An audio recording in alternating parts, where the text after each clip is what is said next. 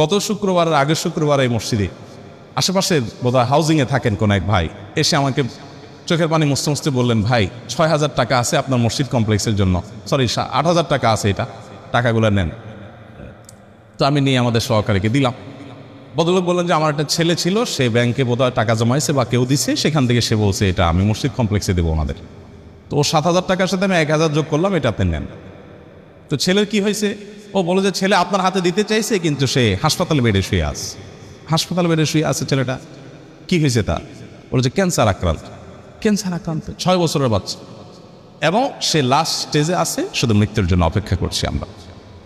তো আমার খুব খারাপ লাগলো, বললাম যে ছেলেকে দেখতে যাবো আমি। পরের দিন গেলাম হাসপাতাল, আলমারার হাসপাতালে গেলাম। হাসপাতালে যাওয়ার পর যে দৃশ্য দেখলাম আমি, ছেলেটা মারা গেছে কয়েকদিন আগে। এই এলাকার মহল্লার মানুষ উনি এখানকার। তো সেই দৃশ্য দেখে আমার সাথে আরও একজন গেছেন, যারা গেছেন কেউ নিজেকে ঠিক রাখতে পারেন নাই।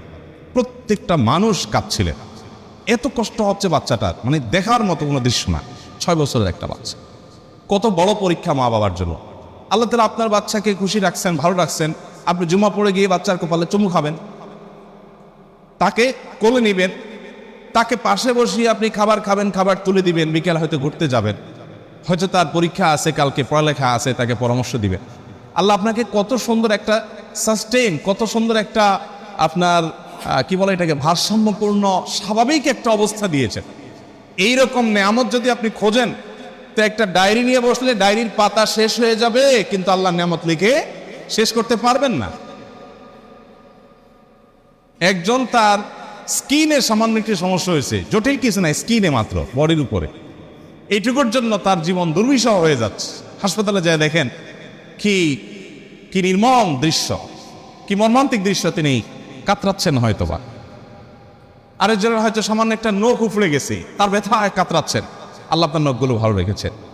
আল্লাহ তাআলা এমনি এমনি কোরআনে বলেন নাই, গোটা পৃথিবীর সমস্ত পানিকে যদি কালি বানাও আর সকল গাছকে যদি কলম বানাও এবং লিখতে থাকো আমার নেয়ামত, তোমার গাছ একসময় শেষ হয়ে যাবে, তোমার নদী নালা সমুদ্রের পানি শুকিয়ে শেষ হয়ে যাবে, এরপরে যদি আবার তোমাকে দেওয়া হয় এগুলোর ডাবল, সেগুলো শেষ হয়ে যাবে, কিন্তু আমার নেয়ামত লিখে শেষ করতে পারবা না।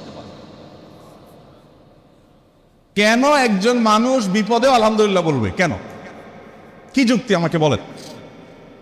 একজন মানুষ আছে না, নানান কষ্টে মানুষ থাকে না, নানান মুসিবতে থাকে না, আমাদের কাছে আসে মানুষ, ভাই এ বিপদ সে বিপদ।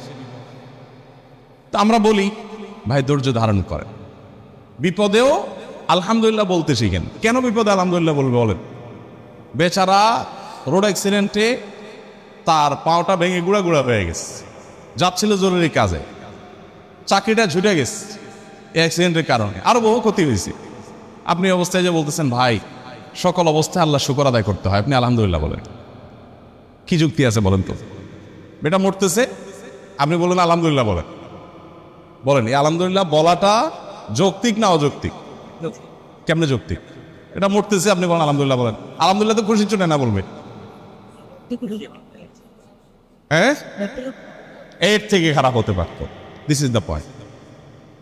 আপনার বাসার চুরি হলো, চোরে যা ছিল ফোন টোন যেগুলো যেগুলো নেওয়ার মতো স্বর্ণ গয়না সব নিয়ে চলে গেছে, ঈদের মধ্যে বাড়িতে গেছেন সব নিয়ে চলে গেছে। আপনি যখন দেখলেন সব চোর নিয়ে গেছে, আপনি বললেন আলহামদুলিল্লাহ। এখন বাহ্যিক মনে হচ্ছে যে পাগল নাকি রে, সব চোর নিয়ে গেছে, সে বলে আল্লাহ শুকর। খুশি হয়েছেন আপনি? এই আল্লাহ শুকরের যৌক্তিকতাটা কোথায় বলুন তো? যৌক্তিকতা হলো চোরে অনেক কিছু নিয়ে গেছে, ঠিক আছে, ফ্যানটা খুলতে পারে না আলহামদুলিল্লাহ।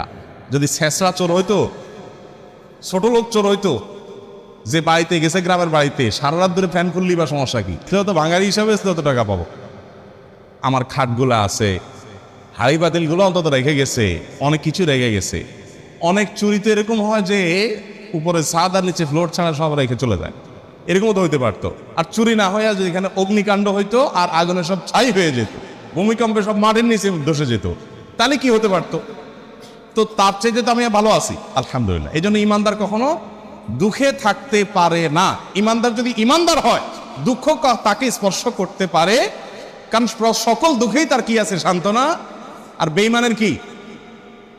আল্লাহর প্রতি অবিশ্বাসী কোনো সান্ত্বনা আছে? সে কি বলবে? ও স্যাড, শিট, ব্যাড, হ্যাঁ, গালিগালাজ করে অস্থির হয়ে ভাঙচুর করে বেচারা কোনো সান্ত্বনা আছে কপাল পড়া?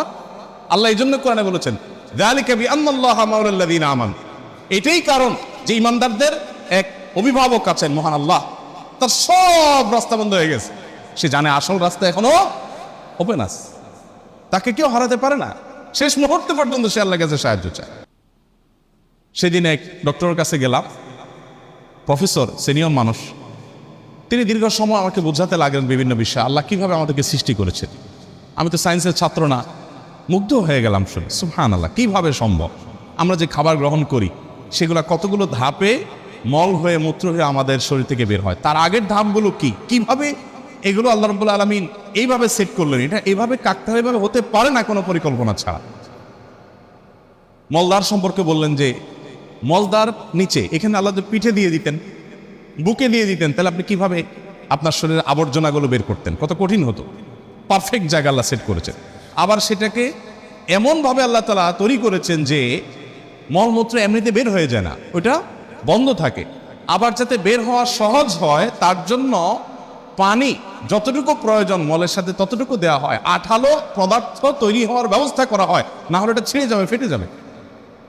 মানে কত কিছু যে আছে। প্রায় 2.5 ঘন্টা, আমি একটা রোগী আমাকে উনি 2.5 ঘন্টা সময় দিলেন, অবশ্য রাতে অন্য রোগী ছিল না কেউ, সব শেষ রোগী ছিলাম আমি। 2.5 ঘন্টা উনি আমাকে বোঝালেন এবং আমি মুগ্ধ হয়ে গেলাম, সব ভুলে গেছি আমি কাজ কাম বাদ দিয়ে। সুবহানাল্লাহ। বললেন যে ভাই, আল্লাহ তাআলা কি নিয়ামত আপনার ভিতর দিয়ে রাখছে, আপনি এটা বুঝেন তো আপনার কপাল সিজদায় অবনত এমনিতেই হয়ে যাবে। তো আল্লাহর স্মরণের অংশ হিসাবে এগুলো যে আল্লাহর কুদরত নিয়ে চিন্তা করা। আর সব বাদ দেন, আল্লাহ আমাকে হাত পা সুস্থ রেখেছেন, কত মানুষ অসুস্থ, কত মানুষ অসুস্থ, কত মানুষ বিভিন্নভাবে আক্রান্ত।